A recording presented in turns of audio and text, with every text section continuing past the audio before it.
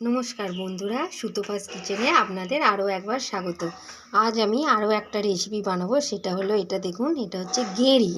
এটা একদমই গ্রাম্য রান্না, এটা আমার শাশুড়ির রেসিপি। হ্যাঁ, আজ আমি ট্রাই করব। বাজারে আপনারা এগুলো পেয়ে যাবেন। হ্যাঁ, এখন শীতে এগুলো খুব ওঠে। এই গেঁড়ি কিনে এই রেসিপিটা একবার অবশ্যই ট্রাই করে দেখবেন। এটা রান্নাটার জন্য আমি নিয়েছি পেঁয়াজ কুচি, আলু কুচি, টমেটো কুচি, আদা রসুন বাটা, 5 ফোড়ন, আর নিয়েছি লঙ্কা গুঁড়ো, লবণ আর হলুদ।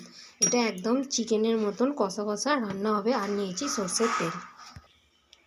প্রথমে আমি কড়াটা গরম হয়ে গেছে, প্রথমে দিয়ে দেব পরিমাণ মতন সর্ষের তেল। এই রান্নাটা একদম গ্রাম্য রান্না, এটি সর্ষের তেলেই হয়। প্রথমে আমি তেলটা গরম করে নেব। তেলটা গরম হতে থাক। তেলটা গরম হয়ে গেছে, এখানে আমি ডুবো ডুবো করে আলু কেটে নিয়েছি। আলুটা আমি লবণ আর অল্প সামান্য হলুদ মাখিয়ে রেখেছি, তো আমি এগুলো আগে দিয়ে দেবো।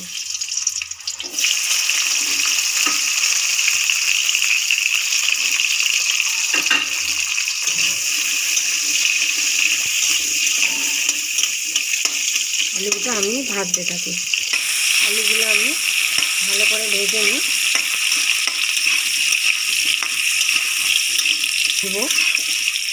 আলুগুলো আমার ভাজা হয়ে গেছে, তাই আমি আলুগুলো তুলে নেব। এই তেলেই আমি এই গেঁড়িগুলোকেও ভেজে নেব। একটু লবণ দিয়ে দেবো যাতে তেলটা গায়ে না চিটকায়। ভালো করে আমি এই গেঁড়িগুলো ভেজে নেব। এটি একদম গ্রাম্য রান্না, এটি আমার শাশুড়ির রেসিপি। আর তিনি নেই, কিন্তু তার রেসিপি তো আর হারিয়ে যায় না। মানুষ থাকে না, কিন্তু মানুষের মধ্যে রান্না, রেসিপি, তার স্মৃতি সবই রয়ে যায়। এটি আপনারা বাড়িতে ট্রাই করবেন, অবশ্যই খুবই ভালো লাগবে। এটি চিকেনের মতন একদম কষা কষা করে রান্না করব। এগুলি আপনারা এখন বাজারে অবশ্যই পেয়ে যাবেন, শীতকালেতেই এগুলো বেশি পাওয়া যায়। এদেরই আর একটা রেসিপি হয় আমাদের এখানে, পালং শাকের রেসিপি, সেটাও একদিন আপনাদের সাথে শেয়ার করব। তো আমি এটা আগে গ্যাস কমিয়ে আস্তে আস্তে ভাজতে থাকি। ভাজা হয়ে গেছে, এরপর আমি একটু এতে লেবুর রস দিয়ে দিচ্ছি, তাহলে আঁশটে গন্ধটা যে আছে সেটা কেটে যাবে। এটা গন্ধরাজ লেবু ছিল, একটু লেবুর রস দিয়ে দিলাম যাতে আঁশটে গন্ধটা কেটে যায়। এবার আমি এটা একটু তুলে নেব। এবার একটু তুলে নিলাম। লেবুর রসটা লাস্টে দিলাম কেন, লেবুর গন্ধটা, ফ্লেভারটা পাওয়া যাবে। মাখিয়েও রাখা যায়, কিন্তু আমি মাখিয়ে রাখিনি। তেল অ্যাড করব এতে। এবার আমি দিয়ে দেবো কুচনো পেঁয়াজ। একদম সরু সরু করে দুটো বড় বড় পেঁয়াজ কেটে নিয়েছি, খুব বড় নয়, মাঝারি সাইজের। পেঁয়াজগুলো নরম হওয়ার জন্য এতে দিয়ে দেবো একটু লবণ।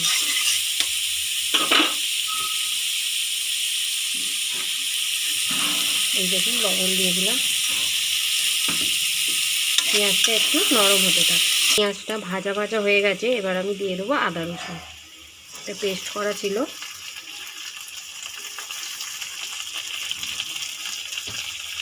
তারপরে দিব একটা টমেটো।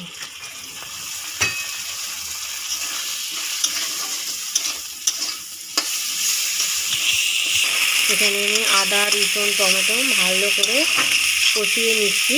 তারপর আমি এই ভাজা গেঁড়িটা, আলুটা এর মধ্যে দিয়ে দেবো। এটি গরম ভাতের সাথে খেতে ভীষণ ভালো লাগে। অবশ্যই একবার যদি বাজারে এই গেঁড়িটা পেয়ে থাকেন, তো একবার কিনে এই রেসিপিটা অবশ্যই ট্রাই করবেন। এতে ক্যালসিয়াম আছে, মেয়েদের জন্য গেঁড়ি খাওয়া ভীষণ উপকার।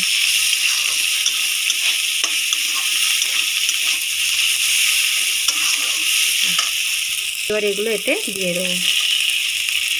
দিয়ে গ্যাসটা একটু কমিয়ে দিলাম, কারণ এবার আমি গুঁড়ো মশলাগুলো অ্যাড করব, কারণ পুড়ে যেতে পারে। এখানে আমি লবণ আছে, লঙ্কা গুঁড়ো আছে, হলুদ গুঁড়ো আছে, এগুলো আমি এখানে দিয়ে দেবো। লঙ্কা গুঁড়োটা বেশি আছে, কারণ এটা একটু ঝাল ঝাল হলে খেতে ভালো লাগে। সব মশলাটা আমি এতে দিয়ে দিলাম। দিয়ে আমি এবার একটু জল দিয়ে দেবো।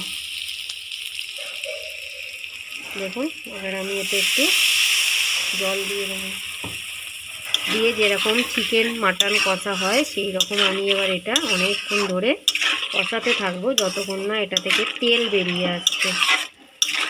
তো আমি এটা আগে আস্তে আস্তে কষাই।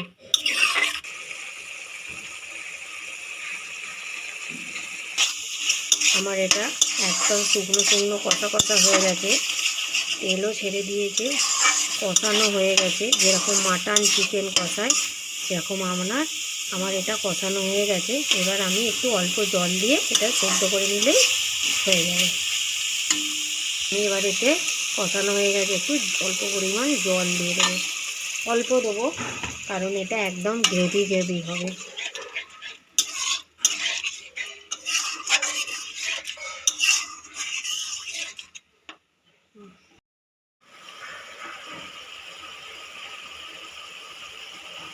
তো লাস্টে দিলাম একটু ভাজা মশলা।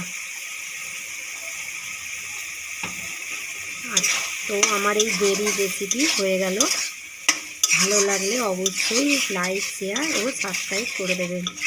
আর বাড়িতে একবার অবশ্যই বাজারে যদি পেয়ে থাকেন এইভাবে ট্রাই করে দেখুন, গরম ভাতে ভীষণ সুন্দর লাগবে। তো বাই বাই।